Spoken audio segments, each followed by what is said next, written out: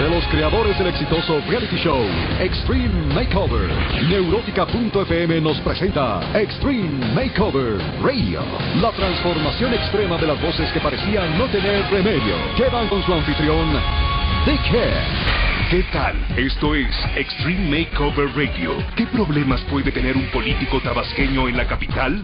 Muchos. El principal, que nadie le entiende. Yo soy tolerante con mis adversarios, excepto cuando se burlan de mí, de mi forma de hablar. Ahí me jale lo tabasqueño. Es evidente la imposibilidad de pronunciar las letras S, C o X, lo que provoca problemas que afectan hasta su vida privada. Como cuando quiero hejo, me preguntan por ahí las chamacas, ¿qué es hejo? Y pues yo les digo, hejo, mete jaca. Y me dicen, pues vaya al baño. Y digo, no caca, sino jaca. Entonces ahí es donde yo me siento heco de hejo. Extreme Makeover Radio lo envió con uno de nuestros foniatras expertos que lo transformó milagrosamente. Por primera vez, escucharán la transformación en radio de una voz que no tenía remedio. A ver, don Andrés, mire, trate de colocar el ápice de la lengua. A ver, que a mí nadie me dijo que había que traer lápiz a mí. No, señor, pero es que el ápice de la lengua es la puntita.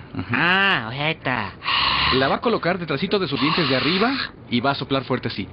Pues ahí, pues, a ver, espérame.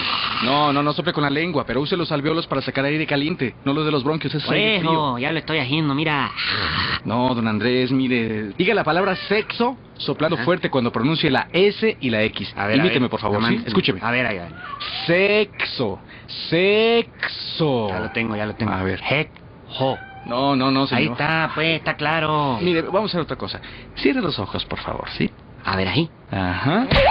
Órale, Camaján, así nos llevamos, desgraciado adversario. Pero veo cómo se le quitó. Si usted lo que traía es que está chiqueado, don Andrés, eso es todo. Ahora, el político tabasqueño se dirige a sus fans clara y diáfanamente. Y contra el desafuero hay un rayo de esperanza.